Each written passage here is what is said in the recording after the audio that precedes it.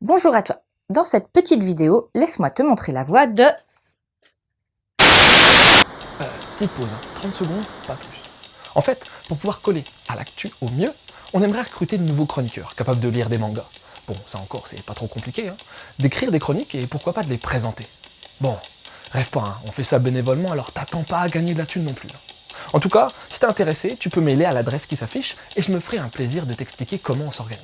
Et voilà, tu vois, 30 secondes, franchement, on est large. Allez, je te laisse en bonne compagnie. À plus. Chobit, une série à succès à laquelle Pika offre une réédition anniversaire.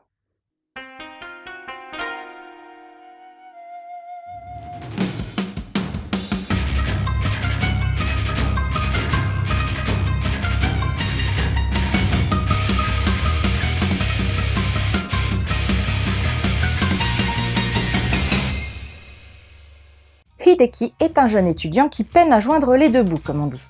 Il rêve de pouvoir s'offrir un ordinateur. Et on le comprend. Au-delà des services techniques rendus par l'appareil, les ordinateurs dans Chobit ont la forme de robots humanoïdes ultra réalistes et super mignons. Seulement, c'est bien au-dessus de ses moyens. Sauf qu'un jour, en rentrant chez lui, il tombe sur un adorable modèle déposé dans la rue avec les ordures. Il le ramène, le met en route, et la machine à l'allure de jeune fille prend vie. Quel peut bien être ce type d'ordinateur? D'où vient-elle? Ne serait-elle pas une des légendaires Chobit? Et comment ne pas craquer devant sa mignonitude? L'aventure de Hideki et de l'adorable et mystérieuse Chii commence.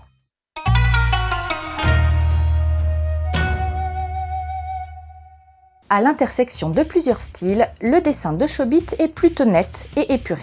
Les persos féminins ont de grands yeux et un côté kawaii affirmé, en particulier Chii et les ordinateurs portables qui sont des modèles réduits humanoïdes style poupée et qui sont vraiment trop mignons. Les plans sont centrés sur les personnages avec pas mal de plans serrés. Les expressions et émotions sont bien retranscrites. Le public masculin n'est pas en reste car les Clamp, collectifs à la réalisation de ce manga, ont épuré les effets shoujo avec peu de trame girly, joué sur des cases où les persos ont des expressions ultra caricaturales à l'instar du style shonen, et mis une coloration ultra sexy à ce titre. Le style épuré se retrouve jusque dans les détails. Peu de nuances dans les gris, trame simple, décor peu présent, vêtements peu détaillés. Pour autant, l'ensemble est agréable et la lecture des images est très facile, claire et fluide. Le Nemu est à la fois sobre et varié. Les Clamp n'en ont fait ni trop peu, usant de tous les codes habituels. Encore une fois, on ressent l'envie de toucher une large cible. Il y a pas mal de petites cases ou de cases étroites, mais comme le trait n'est pas du tout chargé, cela ne nuit pas à la lisibilité.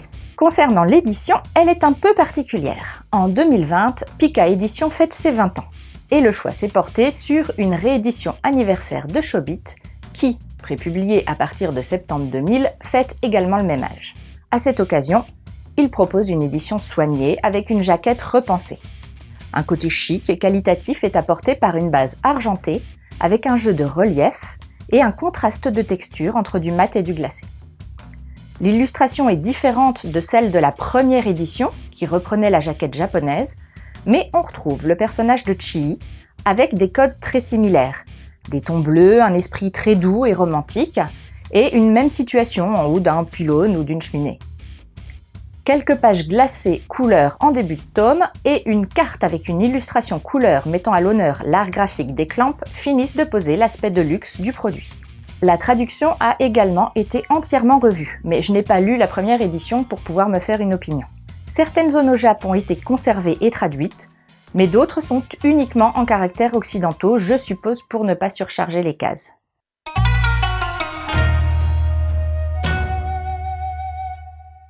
Clamp est l'un des collectifs féminins de mangaka le plus célèbre. Il regroupait 12 jeunes femmes à sa création en 87, elles ne sont plus que 4 aujourd'hui.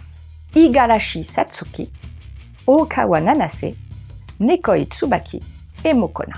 Le collectif est plutôt prolifique et a publié un grand nombre de titres.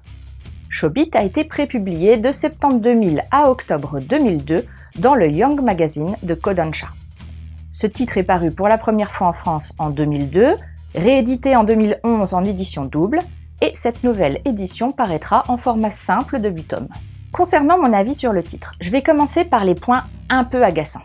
Si le dessin est sobre, certains ressorts utilisés par les clamps sont un peu too much. Chi est mignonne, kawaii, mais un peu trop. Hideki est maladroit, à côté de la plaque, mais un peu trop. Il y a des éléments sexy, des références au fantasme masculin, mais beaucoup trop. Ça donne une légèreté au titre, des situations humoristiques, mais c'est parfois un peu facile. Malgré tout, c'est un manga qui présage une réelle profondeur.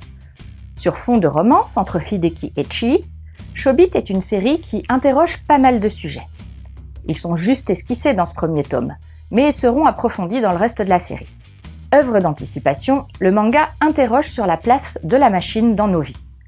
Bien que le titre soit âgé de 20 ans, cette thématique est plus que jamais d'actualité.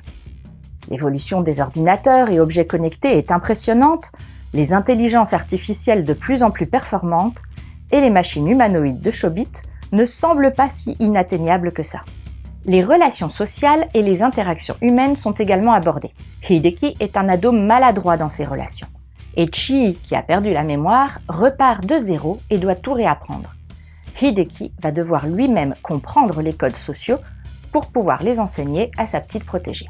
À la croisée de ces deux thématiques, la limite entre l'humain et le non-humain est explorée. Si on crée des machines capables d'apprendre par elles-mêmes, d'exprimer des émotions, pourront-elles ressentir des sentiments ?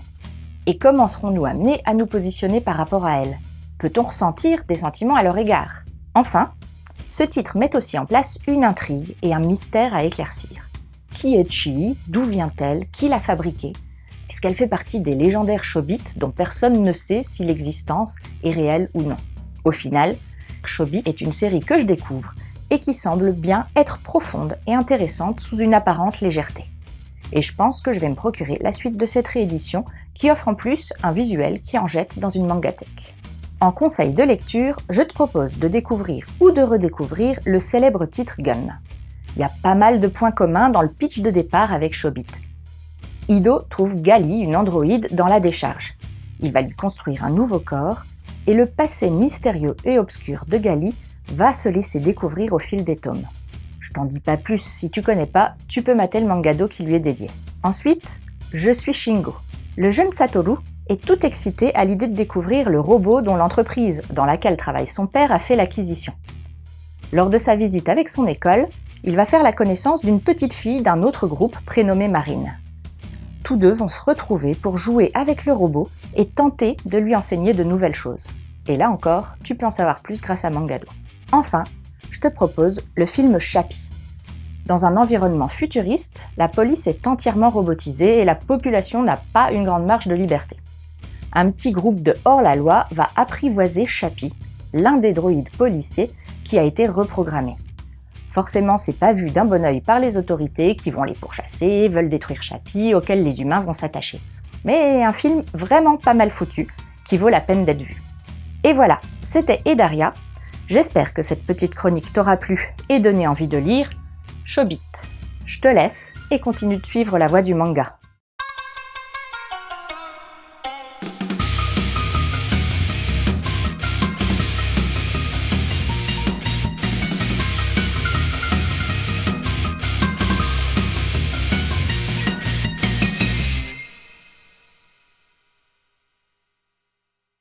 Si t'as entre 8 et 14 ans, peut-être même plus.